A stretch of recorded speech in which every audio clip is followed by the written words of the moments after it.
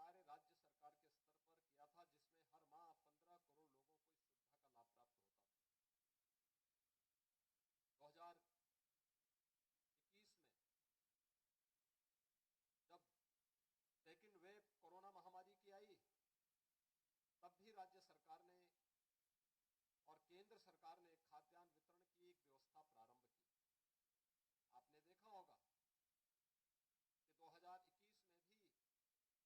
मई से लेकर के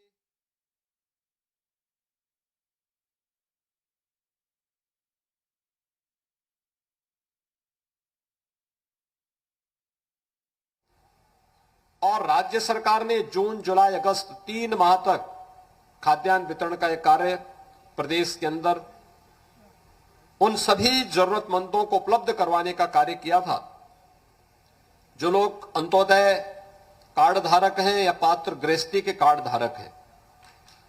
भाइयों बहनों, वर्तमान में जब थर्ड वेव की आशंका दुनिया के अंदर व्यक्त की जा रही है, यद्यपि केंद्र और राज्य सरकार इसके लिए पूरी तरह थर्ड वेव का मुकाबला करने के लिए तैयार है। हमने स्वास्थ्य की सुविधाएं उपलब्ध करवाई हैं, फ्री में टेस्ट, फ्री में उपचार, फ्री में खाद्यान्न की योजना और फ्री में वैक्सीन सभी लोगों को उपलब्ध करवाने के एक बड़े कार्यक्रम को हम लोग आगे बढ़ा रहे हैं। लेकिन डबल इंजन की सरकार का डबल खाद्यान्न का लाभ भी हर जरूरतमंद को प्राप्त हो, यह लाभ भी हर जरूरतमंद को दिखे, इसी दृष्टि से आज इस बृहद खाद्यान्न योजना का शुभारंभ एक बार फिर से दीपावली से होली तक आगे बढ़ाने का कार्य किया जा रहा है। डबल इंजन की सरकार है तो महीने में 2 बार खाद्यान्न योजना का लाभ हर जरूरतमंद को प्राप्त हो, आज इसी का शुभारंभ करने के लिए हम लोग यहां पर आए हैं। भाइयों बहनों, आपने देखा होगा खाद्यान्न वितरण की इस पूरी कार्रवाई को कितनी पारदर्शी तरीके से आगे बढ़ाया जा रहा है। 2017 के पहले यही खाद्यान्न माफियाओं के हवाले चला जाता था और यह खाद्यान्न उत्तर प्रदेश से किसी दूसरे देश की ओर चला जाता था। गरीब टकटकी लगाई देखता रहता था, लेकिन उसको कभी खाद्यान्न नहीं मिल पाता था। घड़तोली अलग से थी। प्रदेश के अंदर 2005-06 में हुआ खाद्यान्न घोटाला रहा हो या उस दौरान सैकड़ों लोगों की भूख से हुई मौत, ये किसी से छुपा हुआ नहीं था और ये सिलसिला लगातार चलता रहा। 2015-16 में भी पिछली सरकार जब यहां पर थी, उस समय भी प्रदेश के अंदर भूख से मौतों के तमाम मामले देखने को मिले थे। लेकिन जब सरकार हमारी आई, हम लोगों ने तय किया कि वैसे भी हमारा शास्त्र तो इस बारे में कहता है कि भूखे को रोटी दे देना ये तो महापुण्य का कार्य है, और शासन की योजना से जोड़ करके अगर उस पुण्य में हम भागीदार बनते हैं तो ये तो और महापुण्य का कार्य होगा अगर हम हर जरूरतमंद को उसका लाभ उस तक पहुंचाने का कार्य करेंगे। और खाद्य और रसद विभाग ने केंद्र और राज्य सरकार की योजनाओं को पूरी ईमानदारी के साथ, पूरी पारदर्शी तरीके के साथ, पूरी प्रतिबद्धता के साथ हर एक जरूरतमंद तक पहुंचाने का कार्य किया। आपने देखा होगा बीच के कुछ कालखंड में दाल और तेल के दाम कुछ बढ़ने प्रारंभ हुए थे। दीपावली के अवसर पर हम लोगों ने 2 बातें की थी। हम लोगों ने कहा अगर मार्केट में महंगाई होगी तो राज्य सरकार फिर अपने तरफ से इसको और छूट देने का कार्य करेगी, और उसका परिणाम आपने देखा होगा। पहले केवल खाद्यान्न मिलता था, राज्य सरकार ने तय किया कि अगर खाद्य तेल और दाल की दाम मार्केट में ज्यादा होगी तो इसको नियंत्रित करने के लिए हम हर जरूरतमंद गरीब को फ्री में खाद्य तेल भी देंगे, दाल भी उपलब्ध करवाएंगे।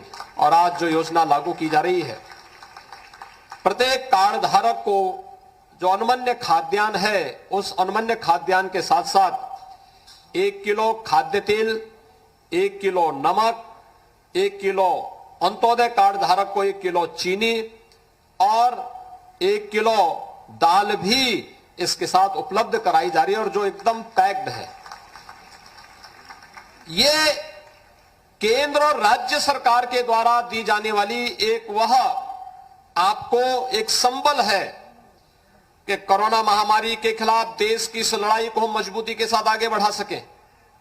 और उस लड़ाई को आगे बढ़ाने के लिए हम सब यहां पर आज आपके बीच में यहां पर उपस्थित हुए हैं। भाइयों बहनों, आपने देखा होगा लगातार सरकार इस महामारी से जूझ रही है।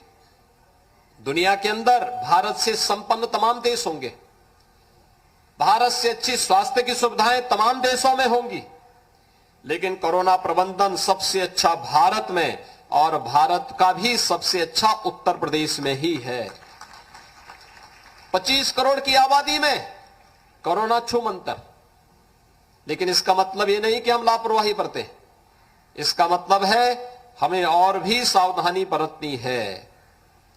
और भी सावधानी बरतने के लिए जब टेस्ट फ्री में है, उपचार भी फ्री में है, खाद्यान्न योजना भी फ्री में है, तो भाइयों बहनों, फ्री वैक्सीन, सबको वैक्सीन, प्रधानमंत्री मोदी जी के इस मंत्र को भी हम सब जीवन में उतारें। कितने लोगों ने वैक्सीन लिया है? यहां पे सभी लोगों ने ले लिया है। बहुत सुंदर, मैं आप सबका अभिनंदन करता हूं। जिन लोगों ने भी वैक्सीन नहीं लिया है, आप जरूर, आप भी एक कोरोना वॉरियर्स बनकर फ्री में वैक्सीन हर जरूरतमंद तक पहुंचाने का कार्य करेंगे। थर्ड वेव में एक बात देखने को मिल रही है कि अगर कहीं वायरस ने प्रभाव डाल ही दिया तो बहुत ज्यादा उस पर असर नहीं पड़ रहा है जिसने वैक्सीन ले रखी है। वैक्सीन एक सुरक्षा कवच है कोरोना में, और कोरोना से बचाव का सबसे अच्छा माध्यम भी है, हो सकता है। इसलिए वैक्सीन जरूर लें। खासतौर पर हर उम्र का व्यक्ति, यानी 18 वर्ष से ऊपर का हर व्यक्ति वैक्सीन ले सकता है। गर्भवती महिलाएं भी वैक्सीन लेने में अब कोताही न बरतें। पहले एक माना जा रहा था कि उनके लिए हो सकता है इसका कोई साइड इफेक्ट हो, लेकिन वे चिकित्सा विशेषज्ञों के साथ राय लेकर के वे वैक्सीन ले, उन बहकावे में ना आए। जो लोग सामने कुछ बोलते हैं, पीठ पीछे कुछ और करते हैं। बहुत सारे लोग हैं जिन्होंने वैक्सीन का बड़ा दुष्प्रचार किया, बड़ा दुष्प्रचार किया। उन लोगों से कोई उम्मीद नहीं की जा सकती। वे लोग कोरोना के खिलाफ देश की लड़ाई को कमजोर करने वाले लोग हैं। जब उनके पास सत्ता थी तब गरीबों का खाद्यान्न हड़प जाते थे, तब गरीब को शौचालय नहीं मिलता था, तब गरीब को मकान नहीं मिलता था, तब बच्चों को स्कॉलरशिप नहीं मिलती थी, तब गरीब को कोई बुनियादी सुविधाएं नहीं मिलती थी, बिजली नहीं आती थी, पानी नहीं मिलता था, साफ सफाई नहीं होती थी, किसी भी योजना का लाभ नहीं मिल पाता था। स्वास्थ्य केंद्रों में जाकर के देखें, वहां पर बदहाल स्थिति थी। विकास के कार्यों में पेशेवर माफिया और अपराधी डकैती डालते थे, एक सामान्य नागरिक परेशान रहता था। उन स्थितियों में वे लोग वैक्सीन के खिलाफ भी दुष्प्रचार किए हैं, और इसमें कोई संदेह नहीं, चोरी छुपे घर के अंदर ले चुके होंगे वैक्सीन।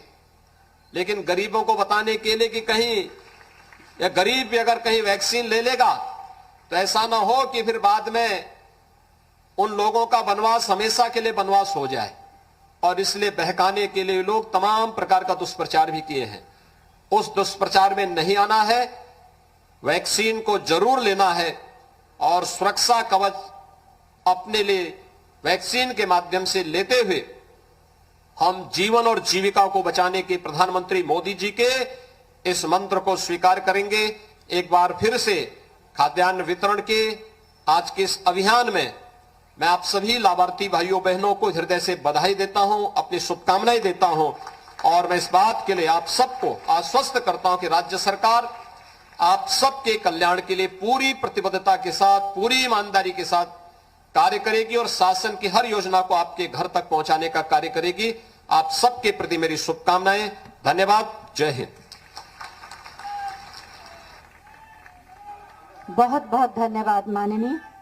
और अब हम माननीय मुख्यमंत्री महोदय से अनुरोध करेंगे कि 10 लाभार्थियों को प्रतीकात्मक स्वरूप खाद्यान्न के पैकेट्स दे दें। इसमें 3 किलो गेहूं, 2 किलो चावल, 1 लीटर तेल और 1 किलो नमक है। मैं लाभार्थियों से के नाम ले रही हूं, वो आते जाएं और ये पैकेट्स लेते जाएं। सबसे पहले अंत्योदय कार्ड धारकों में से कुछ लाभार्थी श्रीमती सुषुम प्रसाद,